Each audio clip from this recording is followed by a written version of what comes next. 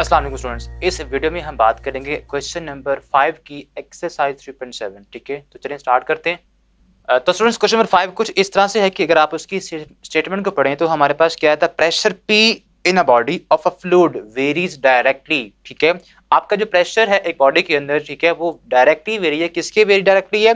To the depth as depth D, यानी कि आपके पास जो डी है, जो pressure P is directly proportional to the depth D. यानी कि आपने क्या करना है, सिंपल P को आपने डायरेक्टली प्रोपोर्शनलिटी के साथ रिलेट करना है, किसके? D के। तो हम पहले फर्स्ट स्टेप में हम क्या करते हैं कि आपने इस प्रोपोर्शनलिटी के जो सिंबल है इसको ऑफ करना है, तो यहाँ पे equal take a times D आ जाएगा। ठीक है, इसको हमने वन इक्वेशन का नाम दे दिया।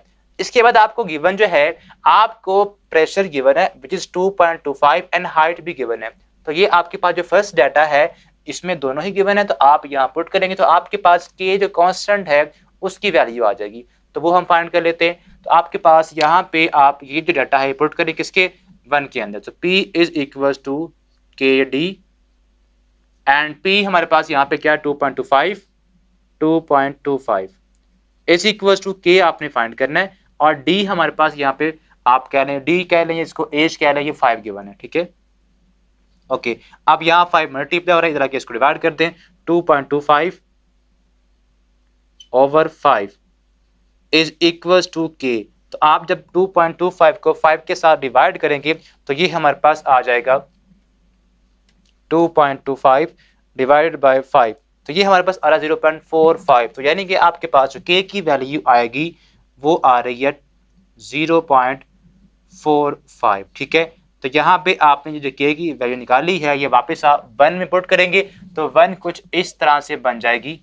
सो P is equal to 0.545 D। ये हमारे पास कह लें कि P और D को हमने रिलेट कर दिया K की वैल्यू फाइंड करने के बाद। ठीक है, अब आप क्या गिवन है, अब आपने एज फाइंड करनी, यानी कि D आपने फाइंड करना है। ठीक है, यहाँ पे आप D कर लें, D आपने फाइंड करना है।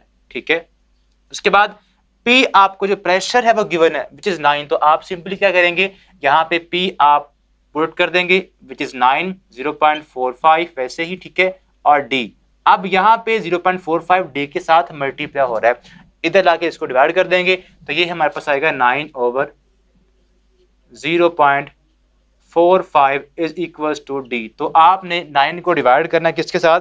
0.45 के साथ, 0.45, तो ये हमारे पास 20 आ रहा है। सो 20 आपके पास क्या होगी? 20 फीट कह लें, इसका डेप्थ होगी। D हमारे पास क्या आ गया? 20 आ चुका है। ठीक है, तो ये था हमारा क्वेश्चन कह लें कि फर्स्ट जो हमने क्वेश्चन नंबर 5 जो हमने सॉल्व किया। ठीक है, आप जो क्वेश्चन नंबर 6 है उसको सॉल्व करते हैं। तो क्वेश्चन नंबर 6 कुछ इस तरह से है कि अगर आप उसकी स्टेटमेंट को पढ़ें तो उसमें हमें गिवन है the labour cost C varies jointly, यानी कि अब आपने जॉइंटली मींस कि दो से ज्यादा क्या होंगे वेरिएबल्स आगे से क्या होंगे उसको रिलेट करना है सी के साथ। तो वो हमारे पास क्या है? तो वो हमारे पास है कि cost C is jointly as number of workers N. ठीक है, और average number of days D, यानी कि आपने सी को डायरेक्टली प्रोपोर्शनलिटी के साथ रिलेट करना है, किसके? आपने नंबर ऑफ वर्कर्स एन और डेज के साथ डी के साथ। ठीक है, अब यहां से इसको आप ऑफ करेंगे तो ये आ जाएगा इक्वल एंड डी साथ में वैसे ही आ जाएगा। अब पहले आपने क्या फाइंड करना होगा, पहले आपने यहाँ पे के है कांस्टेंट उसकी वैल्यू को फाइंड करना होगा। तो वो हमारे पास कैसे आएगी? इट मींस आपके पास यहाँ पे सी एन और डी की वैल्यू आपको पता होनी चाहिए। तो वो हम पढ़ते हैं क्वेश्चन में, वो हमारे पास है if the cost of 800 workers, यानी कि आपके पास जो एन है वो कितना है? एन हमारे पास है 800, नंबर ऑफ वर्कर्स वो कितने हैं? 800। उसके बाद नेक्स्ट अगर आप पढ़ें फॉर 13 डेज, तो आपके पास डेज की जो तादाद है वो 13 है, तो हम यहाँ पे डेज 13 पुट कर देंगे। और लास्ट पे आपके पास सी रह गया। सी आपको जो गिवन है इज कॉस्ट, यानी कि 2,86,000 वो हमें गिवन है। ठीक है, तो ये हम जो सी जो कॉस्ट हमें गिवन है वो कितनी है? 28,600।